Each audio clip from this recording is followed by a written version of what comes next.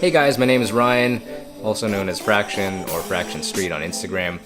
Just letting you guys know that I'm going to be starting a web series mainly focused on street photography. Now what I hope to do is to bring you guys out on the streets with me as I'm shooting, just to give you guys an idea as to what catches my eye, how I approach certain scenes, and anything else street photography related really. What I want to be able to do is give you guys an in-depth look into how I'm able to create the images that I do. I don't know if I'll be doing a lot of gear reviews since there's so many great stuff out there already, but you never know. So first things first, let's get some gear ready so we can head out to shoot.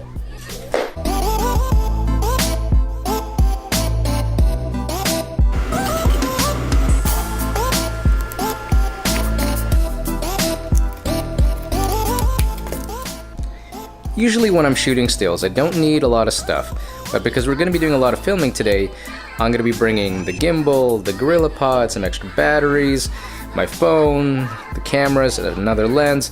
Now the idea is to get all of this stuff into this bag and do so while not waking this little guy up.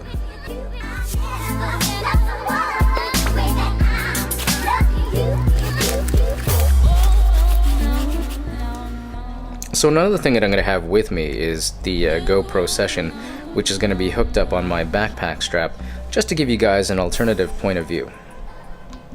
So we're trying to make our way to the downtown core and see if there's enough foot traffic for when it comes to shooting street. Now usually when I'm walking towards a particular destination, I'm not looking out for shots as much because there's nothing really but people coming towards you. I mean, you can get shots like this, and you can get uninteresting shots of people's backs towards you. You could turn to the side and see what you can get. But I'm not really completely inspired until I get to an open space with a lot of potential to create a shot with many layers.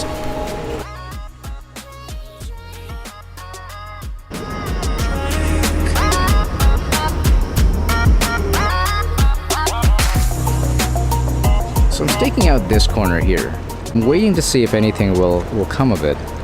I kind of want to see if things will happen like around this area where someone will kind of come around the corner. I saw some shadows happening here. Had a couple characters walk by here, and sometimes when people appear like in the foreground, that can help fill out a space and tell a scene as well. Now within all of that stuff, you still gotta make sure something interesting is happening.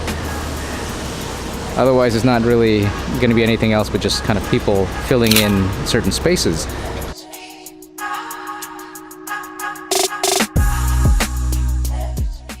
So right now I've got the camera up around chest height, and what I find interesting is that when it comes to shooting on the street, if people think you're shooting video, which I'm actually doing right now, people seemingly care less that you have a camera out and pointed towards them.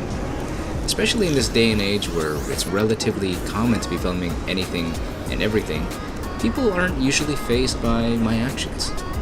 Now if I were to stand right here and keep the camera pointed towards any direction, I'd have more people thinking that they're being a pest to me than I am to them, simply because I was here first, and they're the ones who are apparently getting in the way of my shot. I mean, it also helps that I'm in a super touristy area like Dundas Square, so that kind of takes the pressure off. If you're new to street, I suggest going to a very busy area and work on your camera confidence, as you'll most likely be bothered less and seen as just another tourist. I'm out shooting with the Elvis right here. I don't even know where I'm pointing right now. Yeah, that's the Elvis or the Elmatic. We're just out shooting and we're trying to see what we can get. The light's not exactly the greatest, but hopefully the subject matter will kind of make up for that. You usually come across a scene like this where I'm really attracted to the lines and the possibilities of where people could be. I have the stairs where people could come up, fill in the frame that way. I have a person that's just to the right here. I could have people walking in and out of my frame from the left to right, creating depth. Unfortunately, as my subject walks away, my shot is gone, so it's time to move on. So we're out in Dundas Square, trying to shoot some sort of street video, trying to do a tutorial, and not really being too successful at it, unfortunately.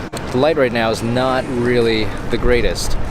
I normally wouldn't be out here shooting under these conditions, but I haven't shot in like a really long time, and I kind of feel as if I just need to get out and shoot. Sometimes I will come across signs such as this where I will try and make some sort of juxtaposition out of it. I know it's kind of cliche, but it's kind of fun at the same time.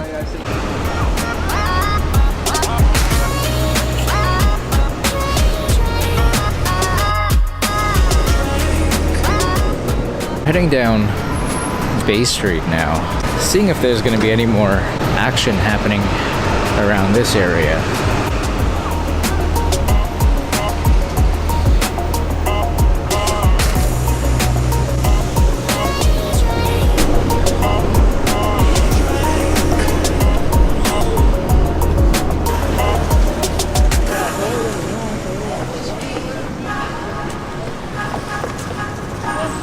So we're in the financial district, and we're trying to get as many shots as we can done before the light completely goes away on us.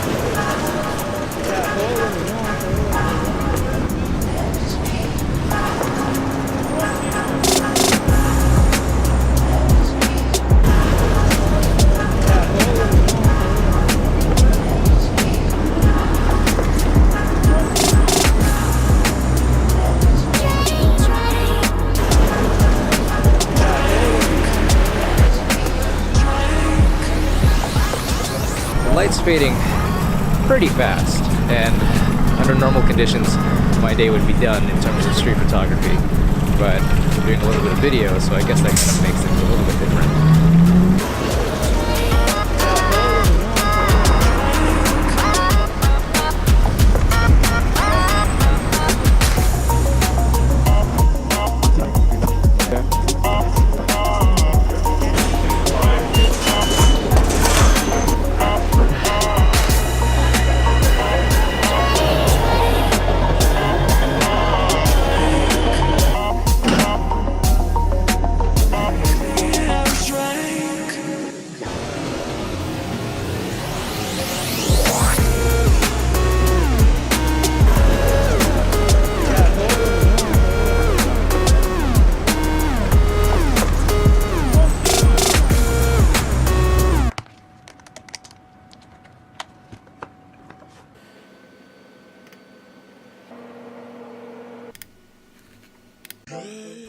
Okay everyone, we're back and it's time to look through the images from the day and see if we got anything.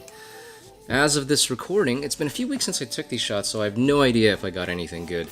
And a lot of you who have been following me for a while on Instagram know that I'm a big advocate of leaving your images to sit or marinate for a while so you can emotionally separate yourself from the images and be more objectable when choosing the best images from the day. Now, this is something that I learned from street photography master Gary Winogrand as I was reading about him on Eric Kim's blog. I'll also have a link to that in my description too for anyone interested. As we can see, I didn't really get anything good, but a good lesson here that I can pull from this entire set is to basically always work a scene. Now, if you notice, there's a number of images from one place, and when you stay in one location versus shooting just one shot and leaving, is that you maximize the potential of the scene and increase your chances of having all the elements fall in one place. Now, of course, with street photography, there's never any guarantee that you'll get a good shot, but when you consider the law of averages, the more you do something, the closer you'll get to what you hope to achieve. Now, what I'll be doing here today is taking you through a quick run-through of how I select images and why I process and how I process something. Now, I won't really go into depth with this sort of thing because it can fill up an entire episode on its own, but I want to give you an idea as to what happens when I'm finally going through the shots. Now, if you notice, my hit ratio between good and bad images is dismal at best, so this should dispel the myth that just because you're an experienced street photographer that you'll shoot nothing but good stuff, which obviously isn't true. So let's kind of go back here, and I think the only image that really catches my eye is this one, but as I look at this particular image, it's not really doing anything for me. This one right here, I have myself as a shadow, which is an element. This guy here, I don't like that he's like in shadow. He's carrying a bottle of booze, and it's just really not interesting stuff. If we take a look at this one, again, there's really nothing happening. I think the most interesting one might be this one. So let's just work on this just for the sake of working on something. What I like about this is that I've got an element down here, I've got a clean element right here, and I have a little bit of human interest kind of happening here. So in terms of balancing out the scene, it's nice and balanced, but again, there's really nothing happening in the shot, so I wouldn't consider any of these things to be on my list of keepers. But if I were to process this one, I have a preset Kodak Portra 160 that I modified, and I got this through VSCO. All I did is tweak it to my particular tastes, and I consider this to be just a simple baseline in how I edit my images. I find that this is a little bit dark, so I can just increase the exposure ever so slightly, maybe add a little bit of contrast, a little bit of clarity. If I really want to draw the eye towards the middle, I might put like a vignette or something, and I might crop a tiny bit just to get this little sliver out, because that little white spot is bugging me. So that's pretty much it for now. I know this episode is a real mixed bag of things, but I wanted to give you a sample of possible things to come. If you guys have any questions or comments or suggestions on topics that you'd like to see me cover, just let me know. So that's pretty much it. That's a sample of a regular shooting day, and while I don't get to go out as much as I like, sometimes because I'm happily preoccupied with this little guy right here, I hope to get more footage as the weather and light gets a lot better. Now, I don't usually ask for likes or follows, but I guess this is YouTube, and the rules are different here, so do the thing. The liking, the subscribe, I have no idea where the buttons are, like I'm not used to this layout yet. It would be greatly appreciated. Also, because I'm not sure how frequent I'll be able to make these videos, be sure to turn on like the notifications if that's a thing on here. I'll try to keep you guys in the loop whenever I do upload something. I'll do that through my Instagram stories, on my Phraction or Phraction Street. I'll have all the links to all of these things that I'm talking about below. Also, I know, because I'm super new at this, if there's anything in particular you guys want to see, please leave a comment, as I'd love to hear your feedback. Alright guys, thanks a lot for tuning in. We're gonna wrap it up here. I'm pretty sure Fritz here is gonna make a few more cameo appearances in future videos. Until then, shoot first, post later, and I'll catch you next time.